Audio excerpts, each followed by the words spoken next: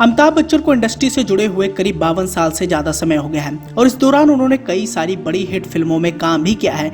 Amitabh Bachchan industry के इकलौते ऐसे अभिनेता हैं जो इंडस्ट्री से लगातार इतने साल से जुड़े हुए हैं। मौजूदा दौर में भी अमिताभ बच्चन के स्टारडम में कोई भी कमी नहीं देखने को मिली है। उल्टा जैसे जैसे उनकी उम्र बढ़ती जा रही है वैसे वैसे उनका स्टारडम भी अपने चरम सीमा पर पहुंच रहा है। बच्चे बूढ़े जवान हर वर्ग के लोगों को उन्होंने एंटरटेन किया है और इंडस्ट्री के वो महानायक कहला जाते हैं। लेकिन जितना बड़ा सुपरस्टार उतने ही उसकी जिंदगी से जुड़े दिलचस्प की सेवा कहानियां।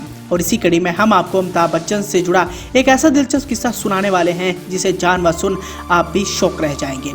अब बॉलीवुड के महानायक कहलाए जाने वाले अमिताभ बच्चन को आज अगर कोई नजर उठा के देख ले ये ऐसा हो नहीं सकता। किसी भी बड़ी पार्टी में अगर पहुंच जाते हैं अमिताभ बच्चन तो बड़े से बड़ा सुपरस्टार उन्हें बड़े आदर सम्मान से बुलाता है। लेकिन एक बार ऐसा भी समय आया जब अमिताभ बच्चन को उस जमाने की एक बड़ी अभिनेत्री ने थप्पड़ रसीद कर दिया था और अमिताभ बच्चन हक्का बक्का रह गए थे। ये किस्सा जुड़ा हुआ है अमिताभ बच्चन और उस जमाने की मशहूर अदाकारा वहीदा रहमान से, जिसपे इस वजह से वहीदा रहमान ने एक बार अमिताभ बच्चन को जोरदार थप्पड़ रसीद कर दिया था। और इस बात का खुलासा खुद वहीदा रहमान ने एक टीवी शो में किया था।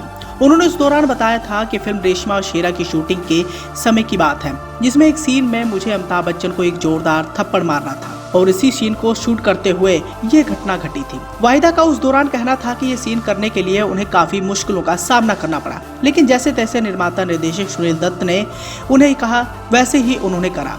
सुनील दत्त साहब ने उस दौरान वाहिदा से कहा था कि अगर आप ठीक से ये शॉट नहीं करेंगे तो रीटेक करना पड़ेगा, जिसकी वजह से अमिताभ बच्चन को और भी थप्पड़ खाने को मिलेंगे, इसलिए दिल मजबूत कीजिए और एक थप्पड़ मार दीजिए। इस तरह अमिताभ को आपका एक थप्पड़ खाना पड़ेगा। अब सुनील दत्त साहब की ये बात सुनकर वहीदा रहमान बहुत ज्यादा घबरा गई थी कि वो आखिर कैसे अमिताभ बच्चन को थप्पड़ मारे। लेकिन दिल मजबूत करके इस सीन को शूट करते समय वहीदा रहमान ने अमिताभ बच्चन को भी चेतावनी दे दी थी कि वो उन्हें बहुत कस के थप्पड़ मारने वाली है। इस पर अमिताभ ने कहा था कि हाँ कोई बात नहीं, और वाहिदा ने अमिताभ को जोरदार थप्पड़ रसीद कर दिया था।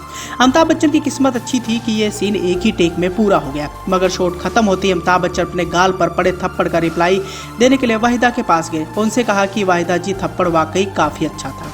तो दोस्तों ये था वो दिलचस्प किस्सा जहां पर सदी के महानायक अमिताभ बच्चन को एक जोरदार थप्पड़ मिला था। इसी के साथ ही हम आपको इस बात की भी जानकारी देना चाहेंगे कि अमिताभ बच्चन अपने रसूख की वजह से साल 1969 में आई फिल्म सात हिंदुस्तानी में कास्ट तो हो गए थे, लेकिन उन्हें असली पहचान नहीं मिल पाई थी। वो फिल्म पाने के लिए दर बदर भटक रहे थे। तभी सुनील दत्त ने अपनी फिल्म रेशमा और शेरा में उन्हें एक बड़ा मौका दिया था। हालांकि इस फिल्म में उनकी खराब आवाज के चलते उनका कैरेक्टर एक गूंगे का रखा गया था, लेकिन ये फिल्म कुछ खास कमाल तो नहीं कर पाई। लेकिन सुनील दत्त साहब ने अमिताभ बच्चन को अपनी एक बड़ी फिल्म में काम दिया था। इस फिल्म में सुनील दत्त साहब के सुपुत्र संजय दत्त ने भी कव्वाली में परफॉर्म किया था।